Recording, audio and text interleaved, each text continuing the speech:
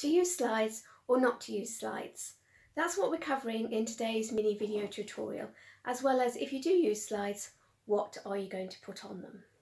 So I think historically, PowerPoint was invented so that you could put a lot of information on slides, whether that's words or whether that's graphics. And then you didn't need to learn the information and you could kind of almost read it off the slides and convey it to the audience. However, I think there's a couple of things that don't work so well with that. The first one is that you could be reading from the top of the slide, say on bullet point 2 if you've got bullet points, and the audience has read all the way down and is on, say, bullet point 5. So then you've got a disconnect between you and the audience. And I always think if you want to have an engaging presentation, which I think you do, then the connection to the audience is one of the most important things. And the second thing that doesn't work so well around that is if you've, say, got mainly words on the slides or like complicated graphics, for example, then it's not very visually appealing for the audience. And visual images are processed so many more times quicker than the words we say.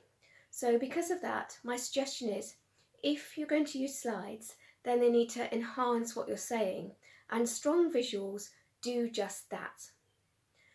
So there's a couple of things that are a consequence of having less information on the slides, is that you need to know your material more.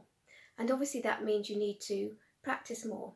However, you don't need to learn it verbatim, and there are things you can do to help you with that. Obviously, you can have some notes with you, some paper notes. If you do that, obviously you need to be careful that you don't spend too much time looking down at them. And if you do need to look down, then you can quickly flick your eyes back to the audience. Or, of course, you can have cue cards, which are almost like your bullet points with strong visuals to support them. And of course, you've got presenter notes on your laptop, but obviously make sure you're making a lot of eye contact with the audience. So I do hope that helps. The key thing to remember is that slides need to enhance your presentation, not detract from it, and that you are your presentation rather than your slides. Thank you very much.